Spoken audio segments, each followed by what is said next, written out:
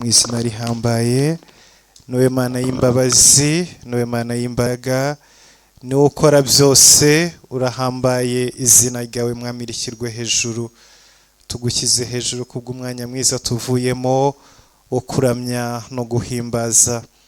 Reka data tuguhe n'uyu mwanya tugiye kwinjiramo w'ijambo ryawe kugira ngo uwuyobore kandi gitareka amahanga ukomeze kubana natwe no kutugirira neza mu izina rya Yesu Kristo, amen.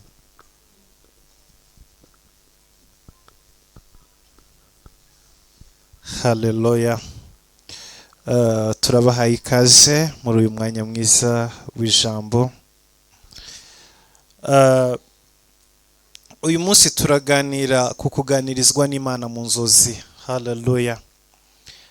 Ariko mbere yuko dukomeza, reka tubanze dukorera Imana. Turangije kuramya Imana n'amajwi yacu n'imitima yacu, ariko reka muri kano kanya turamya Imana n'ubutunzi bwacu. Reka tubasharinge linki hanyuma dukomeze.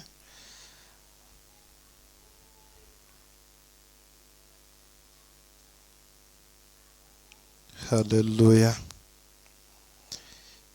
Ni byiza yuko ijambo ry'Imana avuga ngo ntimukaze imbere y'Imana amara masa. Rero ni iby'agaciro yuko tubiba kandi dusapotinga, dushyigikira ubwami bw'Imana, kuko ubwami bw'Imana kugira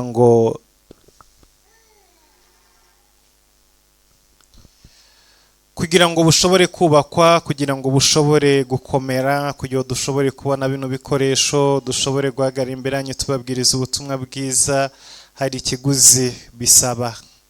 So rero ni byiza yuko tugomba kwiga gukoreshereza Imana ubutunzi bwacu, umugisha Imana iduha igihe tuba turimo dusenga twinginga Imana, Imana itugire neza kandi ngo Imana iduhe umugisha. Rero ni byiza yuko natwe tujya tugaruka imbere y'Imana tuzanye ubutunzi mu byo Imana yaduhaye, amaturo, icyacumi n'ibindi bitandukanye. Abadukurikiye kuri YouTube, abari online, hariho nimero zirimo zitambuka munsi, amaturo murahabona, murashobora kuzikoresha kugira ngo dusapotinge kandi twubake ubwami bw'Imana. Igihugu cyose waba urimo, waba uri mu Rwanda, mu Burundi, Uganda, Kenya, ibihugu byo muri East Africa, hari nimero ushobora gukoresha wohereza ituro ryawe. Hanyuma ku bari mu bindi bihugu bitandukanye, ushobora gukoresha MoneyGram, ushobora gukoresha Western Union, ushobora gukoresha World Remit, uburyo bwo ari bwo bwose wakoresha, amaturo yawe agera aho agomba kugera kandi igikorwa cyawe kigera ku Mana.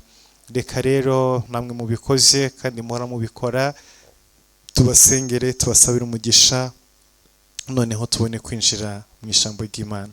Data mu izina rya Yesu Kristo, umugisha ubwoko bwawe, burambuye ibiganza byabo muri kino gitondo, bashyigikira kandi babiba ndetse batura, bazanye ibyacumi kuko Mwami wabahaye umugisha, barashyigikira umurimo wawe Mwami kuko bagukunda. Reka nawe ubahe umugisha, barambure ikiganza cyawe. Ijambo ryavuga ngo nimungeragereshe icyacumi n'amaturo, murebe yuko ntazabagomorera imigisha mukabura aho muyikwiza. Rero aka kanya muri kino gitondo, umuntu wese mwamurambuye ikiganza cyiwe atanga muri Ministry of God Ministries, reka nawe urambure ukuboko kwawe umuhe umugisha, urambure ukuboko kwawe umugire neza kubw'imbabazi ze no kubw'urukundo rwawe mu izina rya Yesu Kristo, amen. Twihuse reka dusome ijambo ry'Imana mu gitabo cy'ibyakozwe n'intumwa, ibyakozwe n'intumwa ibice 16.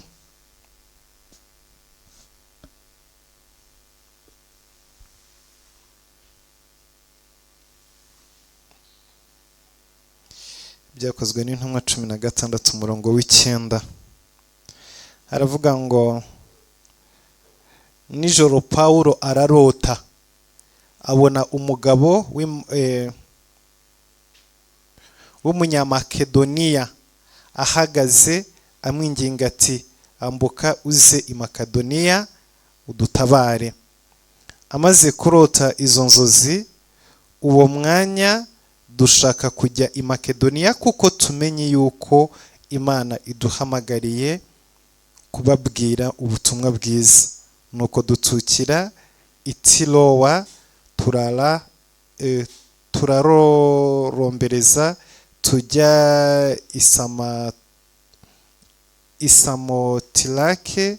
Bukeye bwaho tugera i Niyopoli, tuvayo tugera i Filipi, ni umudugudu wa mbere wo mu ntara ya Makedoniya wubatswe n'Abaroma bahimukiye. Tumara iminsi muri uwo mudugudu. Ku munsi w'isabato tuva mu mudugudu tujya ku mugezi inyuma y'irembo, dukeka yuko hariho ahantu ho gusengera.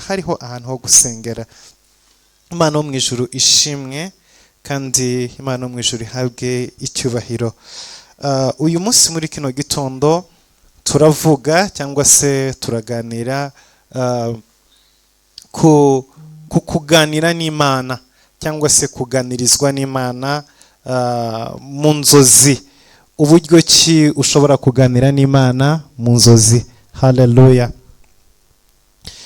Inzozi ni kimwe mu bintu Imana iganirizamwo abantu, ariko abantu benshi ntago bakunda kubisobanukirwa no kubimenya kubera yuko batabyitaho, batabiha agaciro. Ariko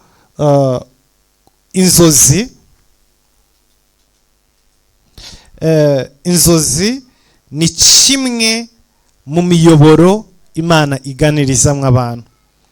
Hari uburyo bwinshi Imana ivugana n'abantu.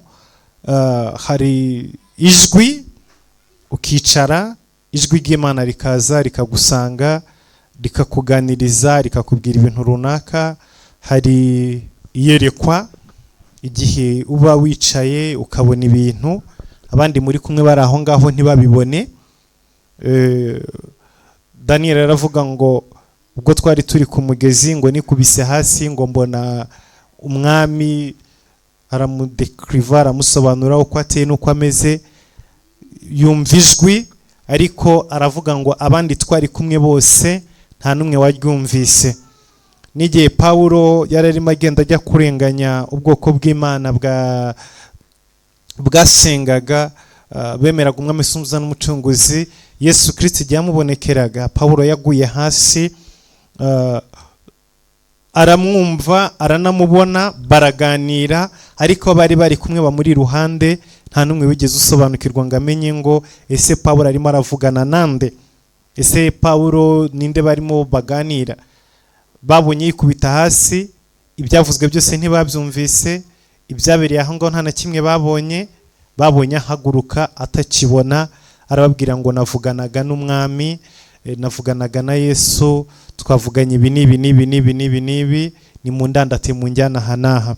Nuko bigenda. So ubwo ni uburyo Imana ishobora kugusanga ikakuganiriza uri hagati mu bantu, cyangwa se uri kumwe n'abandi, ariko abo muri kumwe bose n'abakuzengurutse bose ntihagire n'umwe wumva ibyo wowe wumvise, cyangwa se ntihagire n'umwe ubona ibyo wowe wabonye.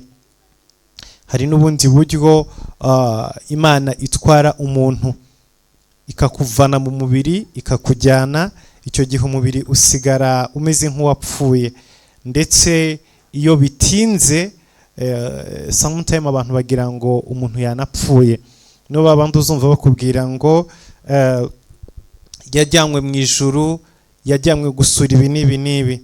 So rero ubwo buryo bwobwo ni uburyo nabwo bwenda kumera nk'inzozi, ariko bwobwo umuntu araterurwa agakurwamo, kuko mu nzozi ubugingo bwe babukikurimo. Ariko noneho buriya buryo bundi bwo gutwarwa ukajyanwa hoho, ubugingo wabukikurimo ariko ntago wabugaragara, ntago buhumeka, urajyanwa n'umwuka ukagenda, ku buryo muri kumwe n'uwo muryamanye cyangwa se no kureba ashobora kwibeshya yuko waba wapfuye. Ubwo buryo buriho, burakorwa, ni uburyo bwo kujyanwa mu yindi si, ariko umubiri ugasigara utabuja, ugasigara utanyeganyega. Ibyo rero iyo bitinze abantu bashobora no gufata umubiri bakajya kuwushingura bibwira ngo umuntu yapfuye ariko yari yajyanywe. Ariko bariya bajya gushyingura n'ababikora mu isi y'umwijima, n'ababikora mu isi y'umwijima. Ariko iyo bibaye ari Imana ibikoze, kuko no mu isi y'umwijima birahaba aho abantu batwarwa bakajyanwa mu yindi si mu bundi buryo bakamara igihe kinini. Iyo rero batabiziranyeho nabo babana ngo babe barabiteguye mbere y'igihe, baragenda babana bakagira ngo bapfuye, hanyuma bakaba bajya gushyingura imibiri yabo, cyangwa se batinda imibiri ikabora igapfa, umuntu yagaruka agasanga umubiri wamaze kwangirika ntashobore kuwusubiramo. Ariko umuntu arimwe mu buryo bubiri, hari igice cy'umuntu w'umwuka n'igice cy'umubiri. Ibyo bishobora gutandukanywa mu buryo bw'umwuka, igice kimwe kikajya ukwacyo, ikindi kikajya ukwacyo. Niyo umuntu apfuye niko biba byagenze. Bavuze ngo umuntu yapfuye aba yatandukanijwe na cya gice cy'umwuka, hanyuma icy'umubiri kigasigara aho ngaho.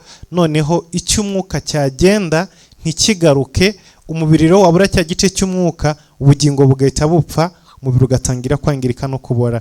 Ariko iyo ari uburyo bw'Imana bwo kuganiriza abantu cyangwa se bwo kwerekana cyangwa se bwo gutembereza abantu, umubiri busige nubwo wamara umwaka nta kintu ushobora kuba, nubwo wamara amezi runaka nta kintu ushobora kuba, kuko Imana ishyiramo ubushobozi butuma ukomeza kuba kwa kundi. Kandi ikindi, inshuro nyinshi Imana igutwaye muri ubu buryo, marayika ugiye kugutembereza arakujyana akakuzengukana ahantu hatandukanye. Ibyo tuzabibona muri Bibiliya. Igihe cya Ezekiel yajyaga agira iri yerekwa ryo gukurwa mu mubiri akajyanwa mu mwuka, akajya gutembera mu bindi bice by'isi. Aho bari i Babuloni, umwuka w'Imana yajyaga aza akamuseparatinga, akamutera akamujyana nk'i Yerusalemu, akamuzengurukana, akamwereka inkike, akamwereka ukuntu umudugudu umeze, akamwereka abantu basigaye mu gihugu ko babayeho n'ibiti byose. Yarangiza bakongera bakagarukana, agasura mu mubiri, hanyuma akandika. Ubwo ni uburyo rero bundi Imana ivuganamo n'abantu. Hari ubundi buryo bwiyerekwa aho Imana iguhamagara ikakujyana ku musozi cyangwa se ikakujyana ahandi hantu, hanyuma yarangiza igafungura amaso yawe ukareba ibintu biri kure, ukareba ibintu abandi batareba, bitewe n'umwanya urimo, bitewe n'aho uri.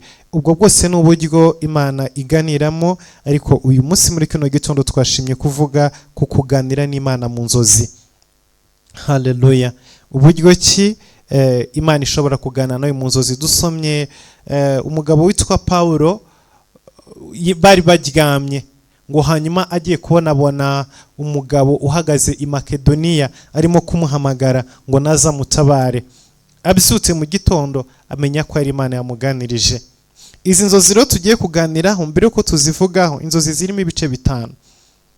Kuko tuvuze kuganira n'Imana mu nzozi gusa, ariko ibi ngibi tutabivuze ushobora kuzajya urota inzozi zose ukibaza ngo Imana yakuganirije cyangwa se hari ikintu Imana yavuganye nawe. Ariko inzozi zose ntabwo ariko Imana izivugiramo, kuko inzozi zigizwe n'ibice bitanu. So rero no kumenya ngo ni ikihe gice cy'inzozi. Ubwoko bwa mbere bw'inzozi ni inzozi ziva ku Mana. Ni za nzozi Imana ivizita abantu ikabaganiriza, ikavugana nabo, igasabana nabo. Izo ni inzozi iyo zije, iyo zibaye, Imana iba yakuganirije, Imana iba yagusanze ikakuvugisha mu buryo runaka. Izo nzozi rero nizo turi buze kuganiraho, nizo turi buze kugira umwanya wo kuvuganaho mu buryo burambuye muri kino gitondo. Ariko hari izindi nzozi udakwiriye kwirengagiza.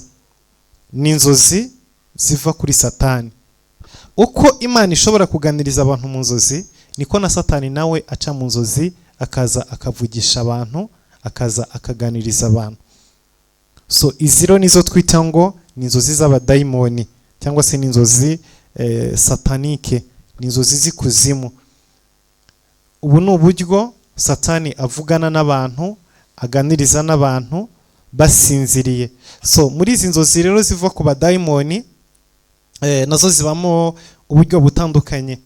Hariho iziza kuko abantu bafitanye communication n'ikuzimu. Hariho imikoranire n'isi y'abadayimoni. So iyi mikoranire yo mu isi y'abadayimoni, ibi ngibi nibyo abarangi bagira. Abantu bagendera mu barangi iyo bagezeyo hari ibintu babakorera, hari imihango babakorera, hari ibyo babashiraho, hari ibyo babanywesha, hari ibyo babatongereraho, hari ibyo babatera. Noneho muri kwa kubatongera no kubabwira amagambo basubiramo n'ibyo bihuza nabyo, bituma bashobora kwikonekta n'isi ya Satani, n'isi y'abadayimoni, bityo noneho bakabasinziriza, hanyuma bagatangira kugira inzozi. Izo nzozi rero bagira, batangira kubona ibintu byo mu isi, ariko byo mu isi y'umwijima. Bahura na ba nyirakuru bapfuye, bahura na basekuru, bahura n'abantu mu bisekuru byabo, hanyuma bakazajya baganira nabo, bakababwira ngo ibi byagenze gutya, byagenze gutya, byagenze gutya. Niyo mpamvu nuhura n'abantu bavuye mu barangi, azakubwira yuko yabaye amazing cyane, yaratangaye cyane kuko yahuye na sekuru mu gisekuru cya 5, hamubwira ibintu byabaye atarazi. So ibyo ngibyo ni strategy abantu bo mu barungi, kiriya kidini cyangwa se iriya mikorere y'abarungi bakoresha uburyo bwo gukonekta abantu mu nzozi n'imyuka bapfuye, n'imyuka y'ikuzimu, hanyuma bagatemberezwa, bakabwirwa ibintu byinshi cyane bitandukanye, barangiza bagakanguka, bakaba bafite za nzozi. Rero icyo gihe hari nubwo niyo bavuye mu barungi cyangwa se bavuye muri yo si y'umwijima, ariko ibi ngibi ntabwo baba mu barungi gusa, no mu bapfumu benshi barabikora.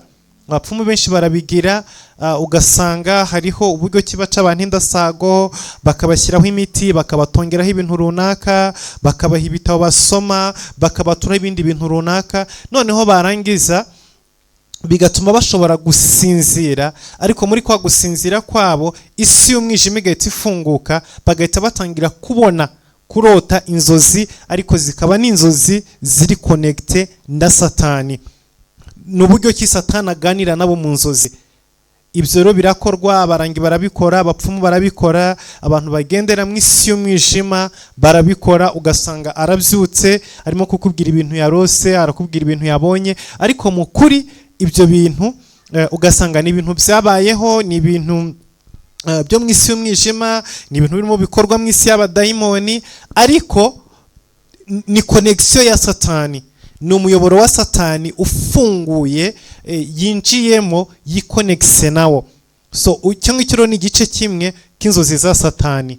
Abo ni abantu baba bafite izo nzozi bitewe n'iyo mihango yakorewe ku buzima bwabo, bitewe n'amasezerano ya Satani yakozwe ku buzima bwabo. Hari n'abandi rero bagira izo nzozi, iyo mihango itarakorewe ku buzima bwabo, ahubwo kuko ababyeyi babo cyangwa se no mu muryango wabo bakoranye igihango na Satani, bakaba barakoranye iyo mihango.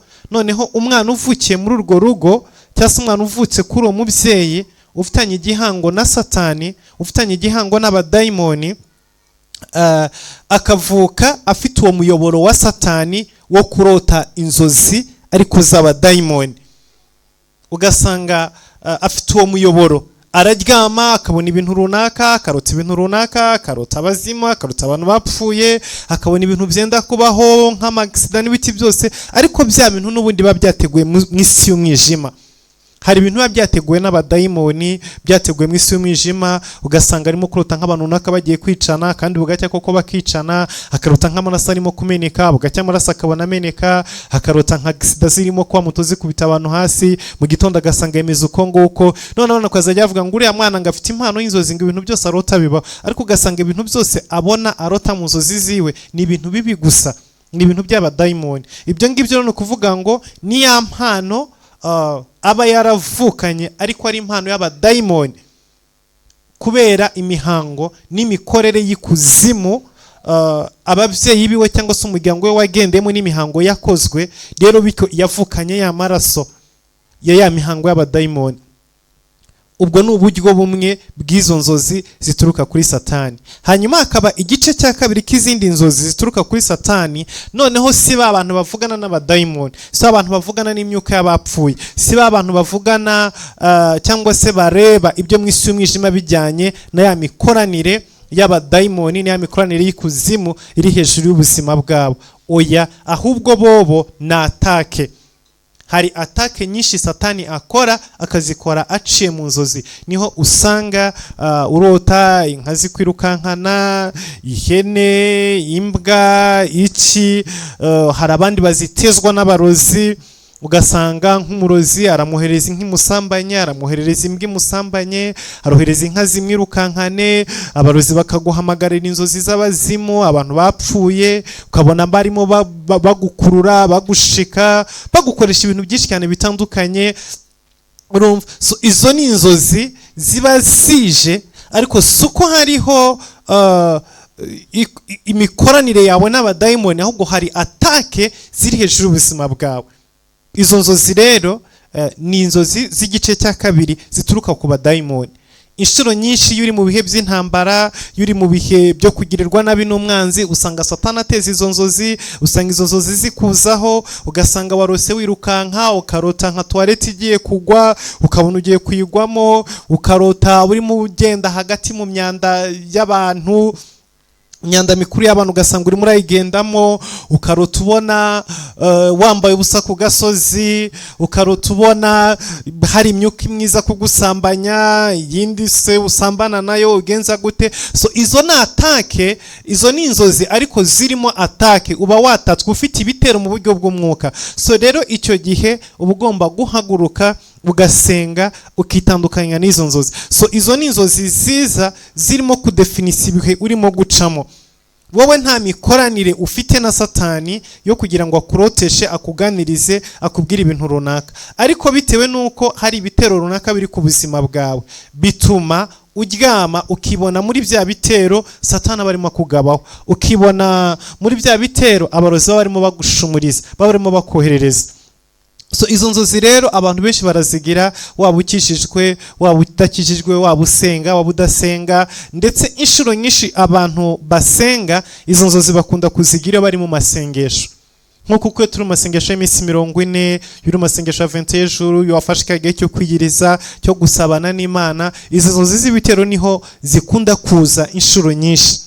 Niho usanga izo nzozi z'ibintu bikwirukansa, bigutega, ugasanga abantu bashaka kukugaburira mu nzozi, bashaka kukugaburira inyama, bashaka kugenza gute. So izo ngizo ziba ari inzozi z'ibitero Satani yakugabye, kuko wahagurutse gusenga, wahagurutse gushaka Imana, wahagurutse kuganira n'Imana, wahagurutse guhamagara Imana, ugasanga nicyo gihe rero za nzozi zirimo ziza kwataka. Kuko muri izi nzozi naho habamo izindi mbaraga, habamo izindi mbaraga zikomeye zangiza ubuzima bw'abantu. Usanga wari ugiye kugera nko kumugisha runaka, hakaba hari ibizozi runaka urose, waba ugiye kugera ku kintu runaka ugasanga ari inzozi zije, waba wari ugiye gukundana n'umuntu ikintu mugiye kugera ugasanga ari inzozi zije, ugasanga ubonye inzoka, ubonye imbwa, ubonye ihene, ubonye ibikirwa, ugasanga izo nzozi zimeze gutyo zigoranye z'abadayimoni z'ibiki byose nizo zirimo zikwataka, nizo zirimo zigutera, nizo zirimo zikurwanya. So icyo gihe rero izo ngizo ziba ari inzozi z'amatake zivuye ku badayimoni. Ubwoko bwa gatatu bw'inzozi ni inzozi z'umuruho. Ni igihe iyo umuntu arushye, ananiwe, ubwonko bwe burushye, udasinzira neza, ufite umuruho mwinshi muri wowe, ugenze gute? Nibyo Bibiliya ivuga mu gitabo cy'Umubwiriza igice cya 5 umurongo wa 6. Umubwiriza igice cya 5 umurongo wa 6 haravuga ngo inzozi zose siko zifite ubusobanuro, ngo mu nzozi nyinshi habamo byinshi bitagira umumaro. So rero ubu ni ubwoko bwa gatatu bw'inzozi. Ni igihe rwose uba warose ukaruta ibintu bitandukanye, ariko akaba nta kintu na kimwe kiri muri izo nzozi, nta gitero kirimo, nta nubwo n'Imana yakuganirije. Rero hari abantu bumva yuko igihe cyose uko barose ibyo barose bifite icyo bisobanura. No, ntabwo ariko bimeze. Ntabwo igihe cyose warose ariko inzozi zawe zifite ubusobanuro. Hari inzozi rwose ziza gutyo gusa tu, ariko nta mumaro n'umwe, nta busobanuro n'umwe burimo. Yaba atake, nta atake ufite, yaba kuganira n'Imana, nta kintu Imana yakuganirije, nta kintu na kimwe rwose kiri muri izo nzozi. Ni inzozi zaje gutyo gusa tu, urumva, nta busobanuro na buke zifite. So izo nzozi rero zibaho. Abakoresha Bibiliya y'Ikirundi cyangwa se Bibiliya y'Icyongereza, no murongo wa 7, igitabo cy'Umubwiriza ibice 5 umurongo wa 7, ariko no mu gifaransa n'umurongo wa 7 ariko mu kinyarwanda n'umurongo wa 6 niko biri bivuga ngo mu nzozi nyinshi harimo byinshi bitagira umumaro. So izo ngizo zari inzozi bwa bwoko bwa 3 bw'inzozi. Ubwoko bwa 4 bw'inzozi ni inzozi ziza kubera ibintu wabonye. Inshuro nyinshi izi nzozi ziza kubera ibintu wabonye nazo zidafite ubusobanuro, ziza gusa kubera ibintu wabonye. Ni inzozi inshuro nyinshi zikunda kuzana ibintu byo mu buto bwawe, ugasanga mu bwana bwawe aho wakiniraga, aho wagenjaga gute. Kubera iki? Kuko ubwonko bw'umwana bugira imbaraga nyinshi zo kurikodinga ibintu byose abonye. Iyo tumaze gukura tuba tujagaraye mu mutwe ku buryo ibintu byinshi tubonye tutanabyitaho. Muri wowe uratekereza ahantu uri gukura amafaranga yo kwishyura inzu, uratekereza ko umwana wishyuye minerivare akaba arimo gutsindwa mu ishuri, uratekereza yuko hari umuntu runaka ugufite ideni utarakwishyura, uratekereza yuko income ufite idahaza umuryango wawe, uratekereza yuko amatara mu rugo agiye gushira, urarushye, urimo uriga, urimo urasoma amasirabisi n'ibiti byose n'ibintu byinshi cyane bitandukanye, ufite amaekonomi, ufite imibare, ufite ibintu byinshi cyane byuzuye mu mutwe wawe. So rero kugira ngo ubone ibintu bitindeho rwose pe, hariho n'igihe tuba turimo tugenda no mu nzira ugasanga cyane nk'abagabo uri kumwe n'umugore akavuga ngo kiriya kintu wakibonye, nta mwanya wabyo ufite, nta nicyo wabonye. Kubera iki? Nk'umugabo ufite ibintu byinshi cyane umutwe urimo gutekereza, samute mugenda utekereza hano tuzahava gute, ibintu bizahinduka gute, ibintu bizagenda gute, urumva? So rero inshuro nyinshi niyo izi nzozi z'intuza z'umutwe cyangwa se zo kugaruka kw'ibitekerezo kw'iby'amaso yabonye n'ibiti byose iyo zije, usanga haza bya bindi wagiye ureba ukiri umwana. Kuko ukiri umwana nta stress n'imwe wari ufite, wararyamaga ugasinzira, ibyo wabonye ukabitindaho, wafite amatsiko menshi n'ibiti byose, rero ugasanga biragaruka. Ariko no mu bundi buryo busanzwe nabwo zishobora kuza kubera ibintu wabonye, kubera ahantu waciye iki, waryama ukaruta za nzozi. Izo nazo nta meaning zifite, ni ibintu birimo bigaruka gusa kubera yuko wagenje gute, wabirebye, wabibonye. So inzozi za 5 cyangwa se ubwoko bwa 5 bw'inzozi ni inzozi ziza kubera ibintu watekereje ugatindaho. Inshuro nyinshi hari igihe usanga ufite ikintu utekereza ukakibazaho. Izi nzozi zikunda kugirwa n'abantu cyane, abantu bari muri dating, abahungu n'abakobwa bateretana, usanga inshuro nyinshi bakunda kugira izi nzozi. Ugasanga bitewe n'umuhungu runaka uko wamutekerejeho, uko wagenje gute, waryama ukamurota. Wamurota mu nzozi ukavuga ngo Imana yamukuganirije ngo nuza umugabo wawe, ariko mu kuri ni inzozi zaje kubera ko wafashe umwanya munini wo gutekereza kuri uriya muntu. Cyangwa se ufite abakobwa 2-3 mwaraye muvugana mucatinga mugenza gute, hanyuma warangiza ngo Mana ndashaka rwose undoteshe, mu gitondo ukarota inzozi, ubundi warangiza ukabyuka ngo uriya niwe mukobwa Imana yampaye cyangwa se n'umukobwa Imana yambwiye. No, ni inzozi zaje kubera ibitekerezo byawe. Iyo ufite ibintu byinshi urimo gufokasingaho, urimo gutekereza mfite examen runaka, urimo gutekereza umuntu runaka mukundana, urimo gutekereza ibikorwa runaka, mbese ufite ibintu byinshi cyane urimo utekereza, wafokasinzeho, ujyamo ugatekereza, noneho wajyama mu ijoro ukabirota.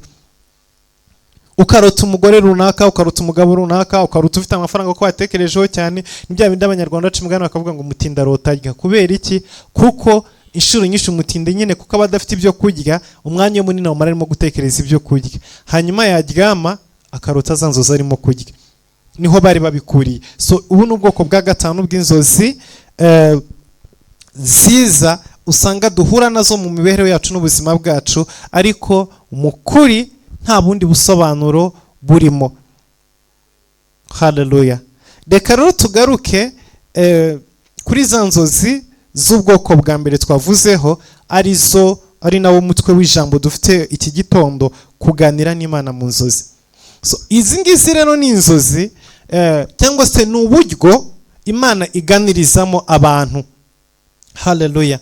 Biravuga ngo mwiyerekwa rya nijoro abantu basizweyo, ngo Imana ijya imanuka ikaganira n'abantu bayo. Iyo abantu baryamye, iyo abantu basinziriye, Imana ijya imanuka ikaza ikaganira nabo.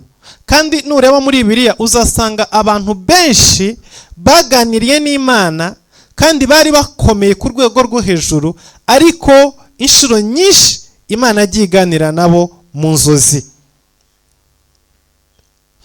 Mu bantu bakomeye cyane batigeze baganirizwa n'Imana mu nzozi, bakomeye cyane Bibiliya itubwira, ntago ari benshi. Uroye ni Yesu, kuko Yesu we yari Imana, we yavuganaga na se, baraganiraga, ntabwo byasabaga yuko aryama ngo asinzire. Yari umuntu ukomeye cyane, niwe muntu mu bantu bakomeye tutabona Imana imuganiriza mu nzozi, kuko yari afite uburyo bwiwe aganira n'Imana direct, kuko yaravugaga ngo nta muntu wabonye Imana keretse uwavuye ku Mana, kandi niwe wavuye ku Mana. Undi muntu wa kabiri mu bantu bakomeye ni umuntu witwa Mose, kuko Mose we n'Imana yarabihamije. Haleluya. Nureba mu gitabo cyo kubara ibice 12, nushaka kwereka umurongo wa mbere, Imana yarabihamije, iravuga ngo Mose we tuganira nk'uko umuntu aganira na mugenzi we, ngo ariko niba hariho umuhanuzi hagati muri mwebwe, Yesu ashimwe, niba hariho umuhanuzi hagati muri mwebwe, nzaganira nawe biciye mu nzozi. I will speak with him in dream. Hallelujah. So uko niko byo Imana yabisobanuye. Mose we Imana yaramamagaye ikambwira ngo ngwino, zamuka umusozi. Akagera ku musozi akicarana n'Imana, Imana ikamanuka, bakicarana, bakamara iminsi 40. Imana yaravuye mu ijuru yicaye ku musozi Sinayi, Mose yicaye aho ngaho, baganira nk'uko umuntu aganira n'inshuti yiwe.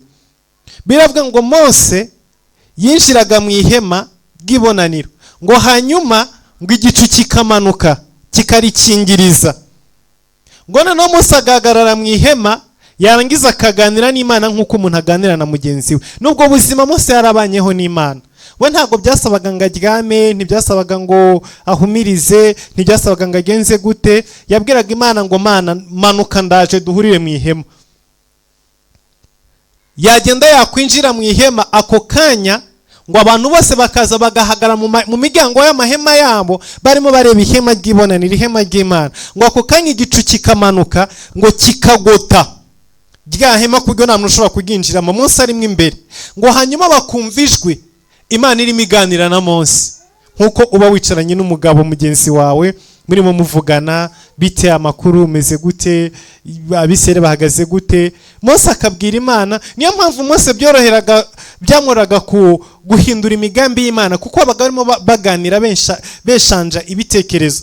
Imana ikavuga ngo ngiye gukora gutya, Mose akavuga ngo no ntubikore gutyo, ahubwo bigenze gutya, kuko nubikora gutyo biragaragara ukunuku. Rero bikora ukunuku. So Mose yaganiraga n'Imana, ariko Imana ibwira Miriam na Aroni, rambwira ngo attention, mutazongera kuvuga ku mugabo witwa Mose, kuko nta muntu numwe umeze nkawe hagati muri iri teraniro, nta numwe wagera ku rwego rwiwe. Mose ni umuntu twicarana nk'uko umugabo yicarana mugenzi we tukavugana, ariko niba hariho umuhanuzi muri mwebwe, haleluya, niba hari umuntu muri mwebwe twaganira, aho tuzaganirira ni mu nzozi no mwiyereko. Nta wundi muntu n'umwe ufite faveri nk'iyo Mose afite. Yesu ashimwe, haleluya. Uyu ni Mose. Ariko abandi bantu bose nujya kubareba, nusanga Aburahamu, uzasanga ari uburyo Imana aganira nawe mu nzozi. Isaka uzasanga ari uko Imana aganiraga nawe mu nzozi. Nugera kuri Yakobo uzasanga Yakobo yararyamaga akisegura ibuye, Imana ikamanuka ikaza ikamuganiriza. Nugera kuri Yosefu, turaza kuhasoma mu gitabo cy'itangira ibice 37 umurongo wa 5 kugeza ku murongo wa 11, turaza kuhasoma. Ubuzima bwe bwose n'umuhamagaro we n'ibyo Imana yamuhamagariye byose yabimenye biciye mu nzozi. Abagabo babiri bari bafunganywe na Yosefu kugira ngo bamenye ibizababaho n'umugambi Imana ku buzima bwabo, byaciye mu nzozi. Imana yaramanutse bari baryamye muri prison, irabaganiriza mu nzozi babwira ngo igihe cy'ubuzima bwawe cyarangiye, uraga ibyawe utegura iby'inzuye, kuko urasohoka ngaba kumanika baguca umutwe. undi aramubwira ati wowe rero ugiye gusubira ku ntebe yawe y'ubuhereza, ugiye gusubira mu kazi kawe, urasohoka ahangaha bagusubiza mu kazi. Yesu ashimwe. Umugabo witwa Farawo yararyamye ararota abona inka 7 zibyibushye, akira aho ngaho n'izindi 7 zirazikurikiye zirazimira, arakanguka arongera arasinzira, abona amahunda 7 y'amasaka arameze, ariko ngo abona yandaraje arayamize y'iminambe, kandi aguma ari iminambe. Haleluya. Uyu ni umwami. So rero iyo turebye muri Bibiliya dusanga igihe kinini abantu benshi cyane batandukanye Imana yitabatumagaho abahanuzi, uburyo bundi Imana yavuganaga nabo mu buryo buri direct, uburyo Imana yabasangaga mu buryo buri direct, bwari uburyo bwo kubaganiriza mu nzozi, bwari uburyo bw'uko Imana ibasanga hanyuma bakarota, noneho mu gitondo bakabyuka bakamenya icyo Imana yavuganye nabo. Izi nzozi rero inshuro nyinshi zikunda gushobera abantu, kubera ko ubundi haba hakenewe umwuka wa interpretation cyangwa se ubwenge n'imbaraga zo gusobanura inzozi. Haleluya. Kuko inzozi 90% ziza zivuga, ariko zivuga mu buryo bw'amarenga. So iyo Imana ikuganirije mu nzozi, bisaba ngo ugire andi mavuta n'izindi mbaraga zo kubasha kumva no gusobanukirwa n'iki Imana ikuganirije. Haleluya. Nitureba example nkanga twasomye mu byakozwe n'intumwa ibice 16 umurongo w'9, Bibiliya avuga ngo Paulo aryamye asinziriye nijoro, ngo ararota abona umugabo w'umunyamakedoniya ahagaze mu gihugu cy'Makedoniya, avuga muri rw'Makedoniya, arangije amagara Paulo ambwira ngo Paulo, dukeneye ubutabazi bwawe, dukeneye kudutabara, ngwino udutabare.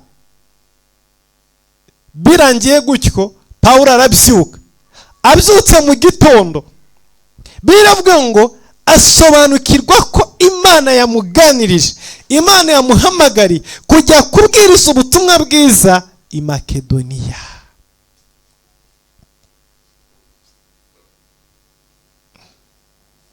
Haleluya. None inzozi ukuntu zimeze, we yiboneye umuntu mu buryo busanzwe, abonye umuntu arimo amurembuza, abonye umuntu arimo amubwira ngo ngwino, ariko inyuma y'umuntu umubwiye ngo ngwino nta kindi, nta bindi birenzeho. Ariko abyutse mu gitondo asobanukirwa neza yuko n'Imana yavuganaga nawe.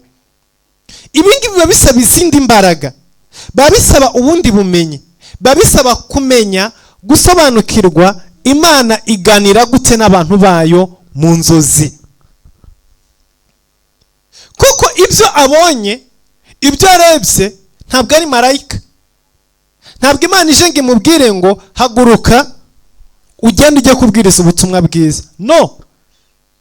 Ahubwo abonye umugabo amagara ngo ngwino dutabare, ibyo gusa. Ariko ni Imana yavuganaga nawe ngo ngwino ujye kubwiriza ubutumwa bwiza i Makedoniya. Haleluya. Abantu benshi barafeiringa guconnectinga n'Imana, kuko Imana ibaganiriza mu nzozi ariko ntibasobanukirwe n'iki Imana yabaganirije. Kuko ntabwo ari abantu bose bafite umwuka cyangwa se bafite imbaraga zo gusobanukirwa inzozi. Abantu benshi bafite amasezerano, abantu benshi bafite ibintu byinshi Imana yababwiye ariko ntibanabizi, ntibazi ko Imana yabivuganye nabo, ntibazi ko Imana yabasoma. Niyo mpamvu usanga inshuro nyinshi abantu birirwa birukanka inyuma abahanuzi, impanurira genza, kandi uburyo Imana iganiriza abantu benshi ni uburyo bw'inzozi. Niba Paulo ku rwego rwiwe Imana yaramusangaga mu nzozi ikamuganiriza, we urumva uri mu ruhe rwego rutuma udashobora kuba waganira n'Imana mu nzozi? Cyangwa se utaba ukeneye kuganira n'Imana mu nzozi?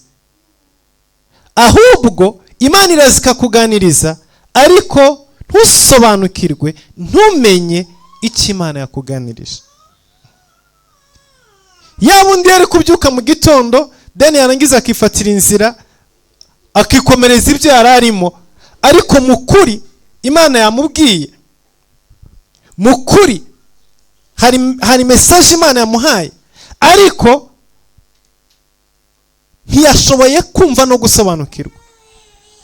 Ariko Paulo nura mu gitabo cy'ibyakozwe n'intumwa ibice 18 umurongo wa 9 uzasanga ibintu byinshi Imana yagiye imuganiriza yarabibonye mu nzozi. Reka twasome mu gice cya 18 ibyakozwe n'intumwa.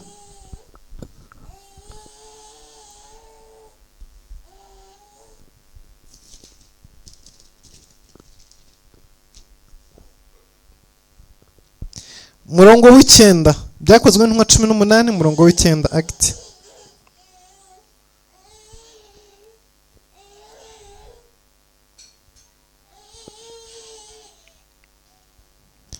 Ibyakozwe n'intumwa 18 umurongo w'ikenda. Maze umwami Yesu abonekera Paulo nijoro mu nzozi, aramubwira ati, ntutinye ahubwo uvuge, we guceceka, kuko ndi kumwe nawe, kandi nta muntu uzagutera kukugirira nabi, kuko mfite abantu benshi muri uyu mudugudu, amarayo umwaka n'amezi 6 yigisha ijambo ry'Imana muri bo. Haleluya. Ahanga Paulo yari afite ubwoba, yibaza ngo abantu barimo barampiga, barimo barangira nabi, barashaka kunyica, barashaka kugenza gute? Arimo gusenga abaza Imana, ese Mana ngume hano ngende bigende gute? Biravuga ngo mu ijoro Yesu Kristo amusanga mu nzozi, arangije aramuganiriza, aramubwira ngo mfite abantu benshi muri uyu mudugudu. Haleluya. Ujye usenga kugira ngo Imana igushyire ahantu ifite abantu bayo. Yuri hagati y'abantu b'Imana hari ibibazo udahura nabyo.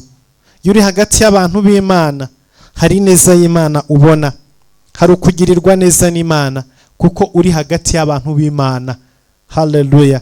Yesu aramubwira ngo mfite abantu benshi muri uyu mudugudu, rero ntutinye, shiramanga, ntuceceke, vuga, nta kintu uzaba. Ahantu hari abantu b'Imana nta kintu wahabera. Duhura n'ibibazo byinshi bikomeye kuko tuba turi ahantu hatari abantu b'Imana. Uba urimo gukorera Imana, uri kumwe na Yesu, ariko ugasanga abantu bakuzengurutse ntago ari abantu b'Imana. Rero iyo uri ahantu hatari abantu b'Imana uhura n'ibibazo bikomeye, kuko abantu ba Satani barakurwanya, abantu ba Satani bakugirira nabi, abantu ba Satani baraguhana, baragutererana. Ariko iyo uri kumwe n'abantu b'Imana, iyo uri ahantu hari abantu b'Imana, urimo uvuga ijambo ry'Imana, uri kumwe na Yesu, nta kintu na kimwe ushobora kuba. Rero Paulo yasobanukiwe ko agomba kuguma ahari, atagomba guhunga no kwiruka, ariko abisobanukiwe mu nzozi.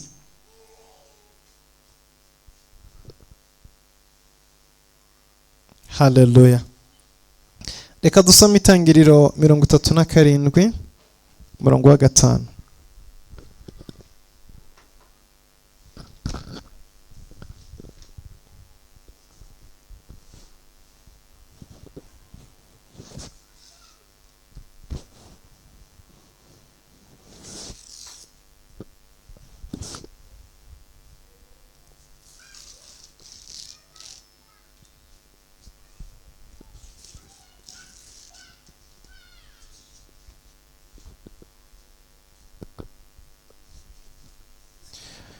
Igitabo cy'Itangiriro 37 umurongo wa 5 kugeza ku murongo wa 11 biravuga ngo Yosefu arota inzozi, azirotorera bene se, barushaho kumwanga. Arababwira ati, ndabinginze nimwumve inzozi narose. ngo twahambiraga imiba mu murima, umuba wanjye urahagarara urema, iyanyu miba ikikiza uwanjye wikubita imbere. Bene se baramubaza bati, ni ukuri wowe uzaba umwami wacu? Ni ukuri wowe uzadutwara? Izo nzozi ze n'ayo magambo ye bituma barushaho kumwanga. Umurongo w'ikenda, yongera kurota izindi nzozi azirotorera bene se ati, nongeye kurota izindi nzozi, ngo izuba n'ukwezi n'inyenyeri 11 binyikubise imbere. Azirotorera se na bene se. Se aramucyaha aramubwira ati, izo nzozi ni nzozi ki? Ni ukuri jye na nyoko na bene so tuzaza twikubite hasi imbere yawe. Bene se bamugirira ishyari, ariko se ajya yibuka ayo magambo. Haleluya. Ahangaha Imana yarimo iganiriza Yosefu mu nzozi, imubwira ejo hazaza, imwereka umugambi ifite hejuru ubuzima bwe. Ariko hari mistake abantu benshi bakora, ni nk'iyi ngiyi Yosefu yakoze. Iyo wamaze gusobanukirwa yuko Imana iganira n'abantu mu nzozi, ukaba waramaze gusobanukirwa ko Imana ikuganiriza mu nzozi, inzozi zawe ntuzibwire umuhisi n'umugenzi, inzozi zawe ntuzibwire abantu bose. Kubera iki? Kuko inzozi ni ubuzima bwawe bw'ejo hazaza. Inzozi ni connection y'imibereho yawe y'ejo hazaza.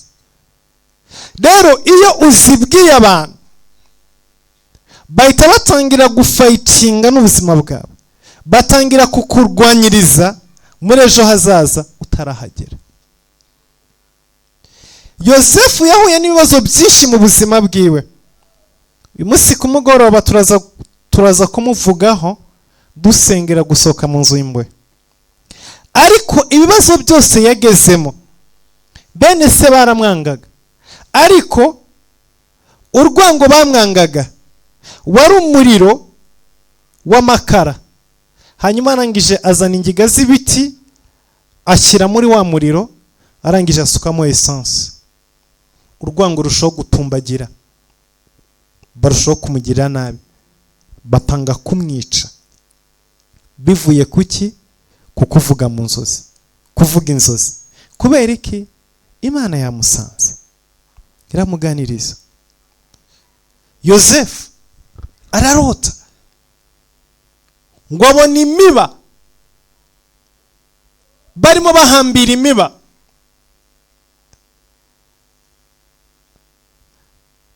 Cumi n'ibiri harimo n'uwe, ngo barangije barayishinga mu murima.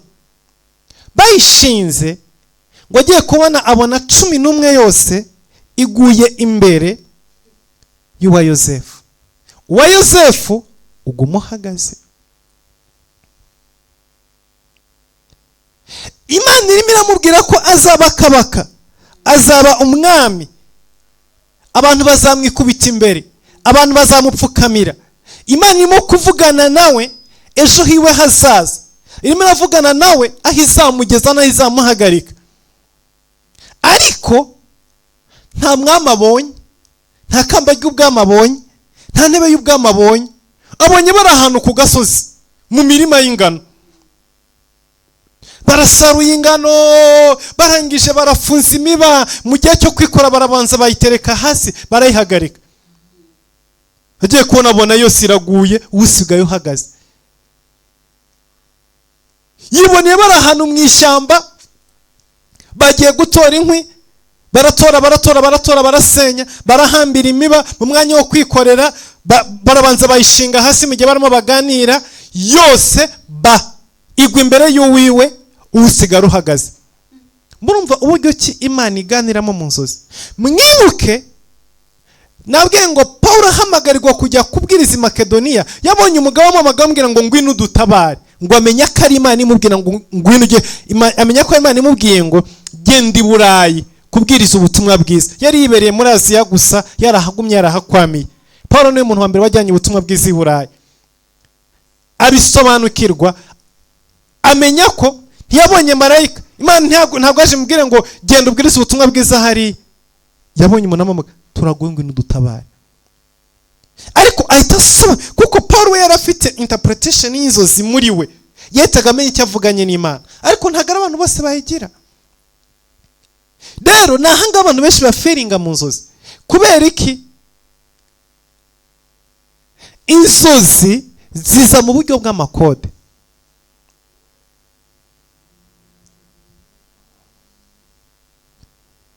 Wasobanura gute kumuba w'inkuru musobanura ubwami?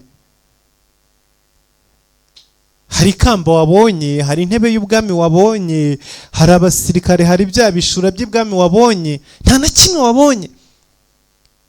Ariko Yakobo yari afite umwuka wo gusobanukirwa inzozi. Yesu ashimwe.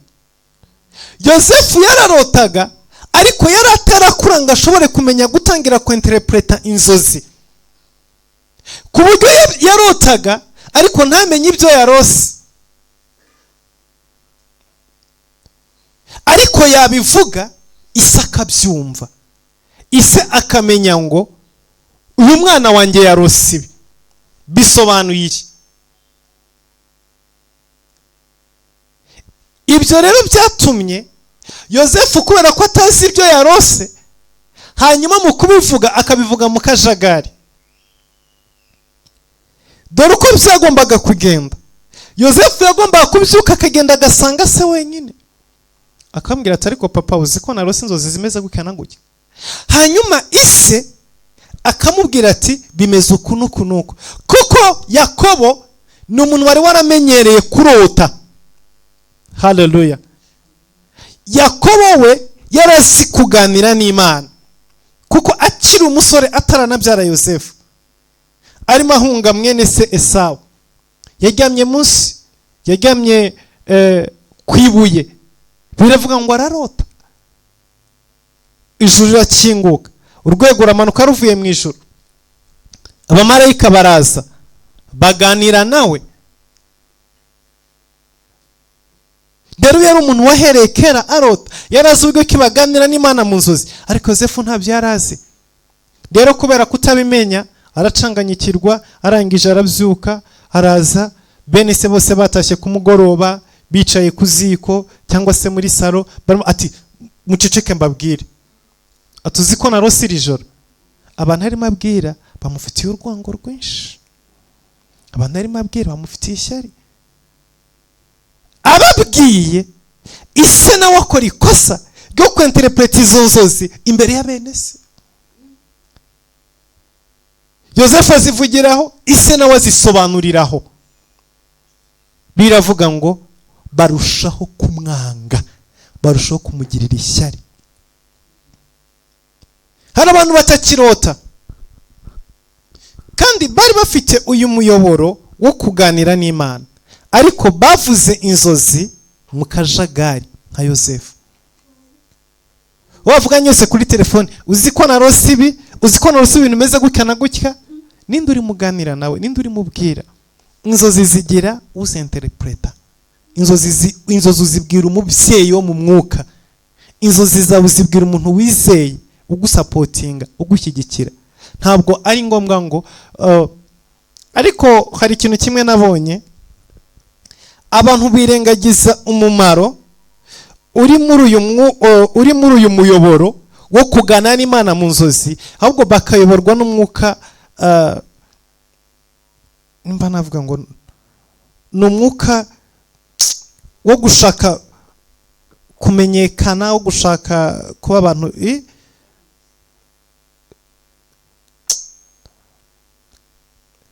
Reka mvuge bino bintu bizasohore banyemere.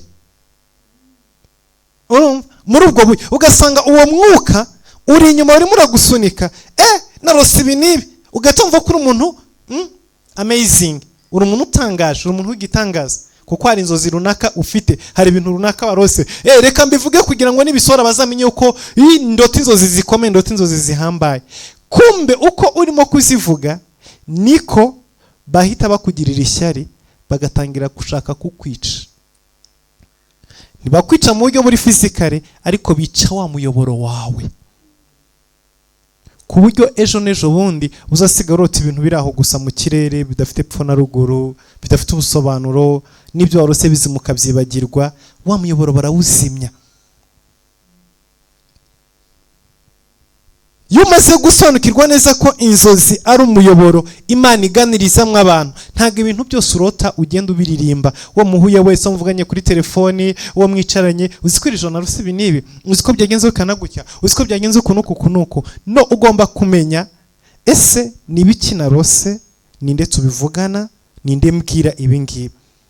Ibi rero Yosefu ntabwo yigeze abisobanukirwa, ahubwo araho narose. Bene se bagenza gute? Barushaho kumwanga.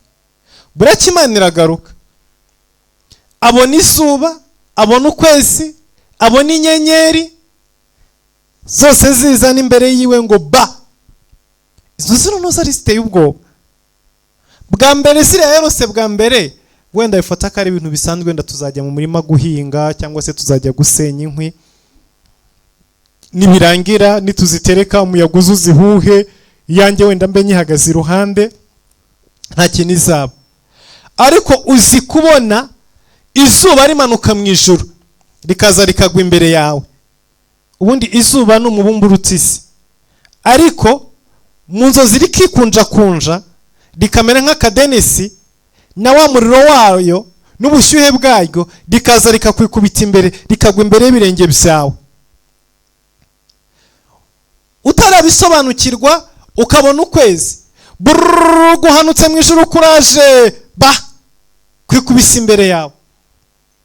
Mu gihe ugitangara ukireba ukwezi uko kumeze, ukabona n'inyenyeri zose nazo ziraje imbere yawe. Nizozi ziteye ubwoba. Arabyuka arongera zisobanurira bene se na se muri rusange. Isi arangije aramubwira ngo ni ukuri, jyewe ubwo ndi izuba, nyoko ubwo ni ukwezi, bene so ubwo ni inyenyeri. Urumva ukuntu Yakobo yari afite umwuka w'ubwenge wo kwinterpreta. Ati jyewe ubwo izuba risobanuye jye kuko ndi so, ukwezi gusobanuye mama wawe, hanyuma inyenyeri zisobanuye bene so. Ati ubu twese famiye twese tuzaza tukwikubita imbere tukuramye. Ngo bene se barushaho kumugirira urwango, ngo ariko ise akomeza kuzirikana izo nzozi. Hallelujah. Imana yarimo imuganiriza, yarimo imwereka ibyo azabamo, ariko ibyo ngibyo kuko yazivuze adakwiriye kuzivuga, azibwira abantu adakwiriye kuzibwira. Uwazisobanura n'azisobanurira aho abandi bantu badakwiriye kumva ubusobanuro bwazo bari. Niki cyabaye? Urwango rwabaye rwinshi, batangira kumuhiga ngo bamwice. Gihe bamujugunyaga mu rwobo, bamuzizaga inzozi. Baravuze ngo uriya karose araje, reka tumujugunye, reka tumwice, hanyuma turebe ko za nzozi ziwe zizasohora. Urabyuka, narose nuri indege nagiye i Burayi. Undi agahita avuga reka ngende ku mupfumu nkuzirike nkuboheshe, ndebe ukuntu ubwo Burayi uzabujyamo. Narose nabyaye, reka ngende nkubohe, urubyaro rwawe ndufunge, hanyuma ndebe umwana warose igihe uzamubonera. Narose nakoze ubukwe. Umuntu agahita azinduka ajya mu bapfumu kuboha ubukwe bwawe. Iri joro narose nabonye akazi keza, nazamuwe, nabonye promotion. Urimo urabibwira nde? Uzi ko abantu bose ubigana bagushyigikiye. So rero iyo umaze gusobanukirwa neza yuko Imana iganira n'abantu bayo mu nzozi, Imana ituganiriza mu nzozi, Imana iduhishura mu nzozi, Imana ivuga iby'ubuzima bwawe bw'ejo hazaza mu nzozi, Imana ikumenyesha iby'urugendo urimo mu nzozi, uzibwira abagomba kuzibwirwa, uziganiriza abari ngombwa, abari important. Ubundi kuko inzozi zawe ni nk'ikintu waganiriye n'inshuti yawe. Iyo uganiriye n'inshuti yawe ubika amabanga. Haleluya. Ibyo mwaganiriye bihera hagati yanyu. Ariko iyo uri umuntu ugenda uvuga ngo kanaka twavuganye ibi, kanaka twavuganye, uba uri umuntu utari seriye mu buzima. So uko niko niba Imana iganira natwe mu nzozi, nimba wirirwa uririmba narose ibi n'ibi, narose ibi n'ibi, Imana yakureba nekabona ntabwo uri seriye. Ntabwo uri seriye mu busabane bwawe n'Imana. Ntabwo uri seriye muri relationship yawe n'Imana. Ntabwo uri seriye muri conversation yawe n'Imana. Kuko ibintu Imana ikuganirije wirirwa biririmba ku gasozi. Uwo muhuye wese, uwo mvuganye kuri telefone, uwo mucatinze, uguhamagaye, ugusuye, mwicaye, uziko narose ibi n'ibi. Nuvuga ngo iyo ugenda uvuga buri inzozi warose, uzibwira ubonye wese, ni ikimenyetso cy'uko ntabwo uha agaciro inzozi urota. Uyu muyoboro ntabwo uha agaciro, kandi inshuro nyinshi bivuga utanabisobanukiwe utazi n'icyo bivuze. Nuko rero abantu benshi bica ubuzima bwabo, bakishyira mu byago, bakishyira mu bibazo. Ariko ibyo bibazo babiterwa nuko batigeze bashobora gusobanukirwa no kumenya yuko hari umuyoboro w'Imana mu buzima bwabo, Imana ibaganiririzamo, Imana ibamenyesherezamo imigambi yayo. Uyu munsi turi ku munsi wa 20 w'amasengesho. Hasigaye indi minsi 20 imbere yacu. Iyo turi mu bihe nk'ibi byo gushaka Imana, hari ama message menshi Imana imanura idaciye mu kanwa k'abahanuzi, ahubwo iciye mu nzozi. Rero mu bihe nk'ibi ngibi uba ugomba kuba attention, ukitondera inzozi zawe. Kandi izi nzozi Imana iganirizamo abantu, nureba uzasanga inshuro nyinshi ni inzozi ziza wenda kubyuka. Ni inzozi ziza muri ya masaha ya nyuma ya saa 9. Nizo nzozi inshuro nyinshi Imana iganirizamo abantu. Kuko nusoma hano hose Imana yagiye iganiriza abantu mu nzozi, uzasanga birivuga ngo Yakobo arabyuka asanga yarotaga. Aravuga ngo menye ko narindi ku irembo ry'ijuru. Uzasanga ngo Salomo arakanguka asanga yarotaga. Imana aganagana we mu nzozi. Inshuro nyinshi izi nzozi ziba zirimo message y'Imana. Iyo urangije kuzirota uhita ukanguka. Biravuga ngo Farao ararota abona inka, ngo hanyuma arangije arakanguka, ngo atekereza kuri izo nzozi, arongera arasinzira, ngo hanyuma arongera ararota. Izi nzozi urota ugahita ukanguka, inshuro nyinshi ziba zizanye message y'Imana. Nubwo waba udasobanukiwe, nubwo waba utumvise ibyo Imana ivuze, ariko izi nzozi urota ugahita ukanguka ziba zirimo message y'Imana.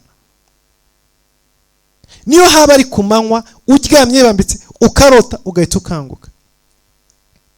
Niyo mpamvu iyo warotaga kuriye hanyuma warangiza ugakanguka, ubyutse ntukabyuke wirukanka. Ubyuka nimba ukangutse wongere ufate umwanya utekereze, wibuke ibyo warose neza, ubifate mu mutwe. Niba ubyutse ugashyira amaguru hasi uvuye ku gitanda, ntuhite ukomeza wiruka, banza wicare, banza utekereze neza akantu ku kandi. Ibyo warose, ibyo wabonye byari bimeze gute? Numara kubitekereza neza maze kubifata mu mutwe, nimba bishoboka ugende ufata agenda yawe wandike ngo ku itariki izi n'izi, umunsi n'uyu, isaha n'iyi, unabirebe narose ibi n'ibi, hanyuma ubishyira aho ngaho. Igihe uzahura na so mu mwuka, igihe uzahura n'umuhanuzi cyangwa se n'umukozi w'Imana cyangwa se n'umuntu wizeye ushobora kugusobanurira inzozi udafite ishyari ku buzima bwawe, kandi wumva neza ibyo inzozi zisobanuye, uzamuganize umbwire ati narose ibintu bimeze gutya na gutya. Kuko benshi bararota ariko inzozi zabo ntizigire meaning, wazituzana ngo tuzisobanure umuntu akanirwa kuzisobanura kubera iki? Urimo uravuga akantu kamwe mu rugendo rw'ibintu byinshi. Izi nzozi za Yakobo, za Yosefu, iyo atazivuga zose Yakobo ntiyari kubona ubusobanuro bwazo, ariko zirimo detaye. Yabonye imiba 12, 11 bamaze kwihambira, 11 iragwa, ariko uwa Yosefu uguma uhagaze. Urumva ko izo zifite uko zatangiye, zifite nuko zirangiye, kandi zifitemo hagati. Navuga ngo narose imiba 12 gutyo gusa, nta busobanuro buhari. Niyo mpamvu abantu benshi bajye banyandikira bambwira ngo narose ibi nibi, ariko ngashaka icyo musobanura nkakibura. Kubera iki? Inzozi ze maybe ntacyo zisobanuye, cyangwa se ntabwo yibuka, yibagiwe ibyo yarose. Akaza akakubwira ikintu kimwe gusa ngo urumva ngo nabonye indege hejuru mu kirere. Ibyo byonyine gusa ibyo bisobanuye.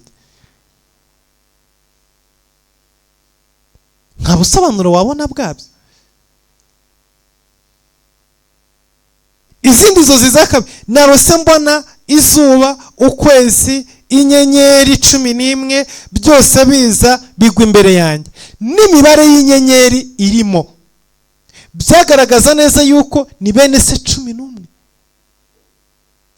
Ariko navuga gusa ngo inyenyeri nta bindi, guziko narose inyenyeri n'izuba, akagarukira aho ngaho, nta busobanuro ubona uri buze gutanga. Tujye kuri Farawo. Farawo wararose abona inka 7 zibyibushye zivuye mu mazi, ziraje zirishiriza ku nkombe, zikirisha inyuma yazo muri ya nyanja, n'ubundi haturukamo izindi 7 ariko zinanutse. Hanyuma ziraza zimera za zindi 7 za mbere, noneho ziguma uko zari ziri, ntizabyiba, ziguma zinanutse uko zari ziri. Ngo hanyuma ndakanguka. Urumva ko izi nzozi zifite ubusobanuro, ni ndende, zifite amadetaye, zifite amadetaye. Harimo inka 7 zavuye mu mazi, zarishirije ku nkombe, hari izindi 7 zazivuye inyuma, zirangije zirazimira, kandi ziguma zinanutse. Ibyo birimo bigendeye kuri detaye y'inzozi. Uzisobanura buri nk'ifite ikihagarari, uko ari 7 zihwanye n'imyaka 7, uko zibyibushye bihwanye n'uburumbuke.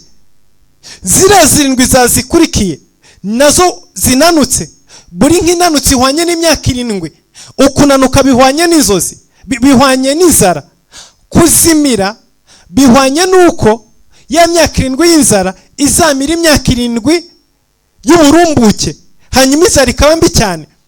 Rero Farawo nabyuka akavuga ngo umva ngo narose inka 7, oya akavuga ngo narose inka zinanutse n'inka zibyibushye. Ubusobanuro uzabukura hehe? Ntabwo uzabona. Kandi inshuro nyinshi nuko umuntu akubwira ngo urumva ngo narose inka zinanutse n'inka zibyibushye, ngo ubwo inka zisobanura iki? Nyumvira namwe mumva ukuntu twagowe. Ndetse nyine inka zisobanura iki? Inka bazikamamwe amata, ubundi bakazibaga bakarya inyama. Hari ikindi n'inka zisobanuye. Ariko nimba winjiye mu nzozi mu kuganira n'Imana, iyo Imana ije kukuganiriza mu nzozi iguha detaye. Iki nicyo kigusobanura kandi kikumenyesha inzozi zavuye ku Mana, nuko mu nzozi hazamo detaye z'utuntu dutandukanye. Iyo hataje mu tudetaye ziba ziri clear. Yesu akaza akakubwira ngo guma ahangaha, ntutinye, ntugire ubwoba, mfite abantu muri mudugudu, nta kintu uzaba. Ibyo nabyo biri clear, nta gukeneye ubundi busobanuro, kuko ntago ziri trick. Message iri clear, irasobanutse. So nahangaha rero abantu benshi baferinga, bakananirwa gusobanukirwa iby'Imana aganira nabo mu nzozi. Kubera iki? Urangiza kubirota ugahita ubaduka wiruka, ugendera mu kirere, ukajyana inka gusa ariko ntuzi n'umubare wazo, ngumva ngo nabonye inka gusa, ngo nabonye amagurupe abiri y'inka, ngo nabonye zimwe ziza mbona n'izindi ziza. Ntiwitaye ko zimwe zari zibyibushye, ntiwitaye ko izindi zari zinanutse, ntiwitaye ko zari zifite imibare yazo iziranga, ntabyo wigeze witaho. None turasobanura gute? Nta busobanuro buhari. Gusa ngo nakubwiye ngo urumva ngo nabyutse nyine ngo hanyuma ndangije ngo ndagenda ngufata taxi voiture, ngo none mbwira ubusobanuro. Ndabukura he ukabyara? Ntibivu kuba ntaguha ubusobanuro bivuze ko inzozi zidafite ubusobanuro, ahubwo hari ibyo utibuka. Kubera iki? Ntago ujya uha agaciro inzozi zawe Imana ikuganiririzamo. Ariko amaze kumenya neza ngo hari umuyoboro, hari inzozi, urabyuka mu gitondo ukibuka neza yuko hari inzozi z'ubwoko butanu. Ese inzozi zije, si inzozi zivuye ku Mana? Nimba inzozi zivuye ku Mana, reka nicare neza, mbanze ntuze, mbanze suze ubwenge ku gihe, ntekereze, nibuke utudetaye twose. Wamara kwibuka, basi ugafata telefone ukirikodinga. Narose inzozi zimeze gutya na gutya na gutya na gutya na gutya na gutya na gutya na gutya. Iyo record ukayisevinga, warangiza ukongera ukaryama. Hanyuma nyuma umaze kuva mu bitotsi, cyangwa se wenda nimba urugiye no muri toilette kwihagarika ukabugarutse, mu gitondo byutse neza, urazisubiramo ukazumviriza neza ku buryo nta kintu na kimwe wibeshye. Kuko gutakaza akantu kamwe mu nzozi wita wica meaning yose. Uko niko kuri.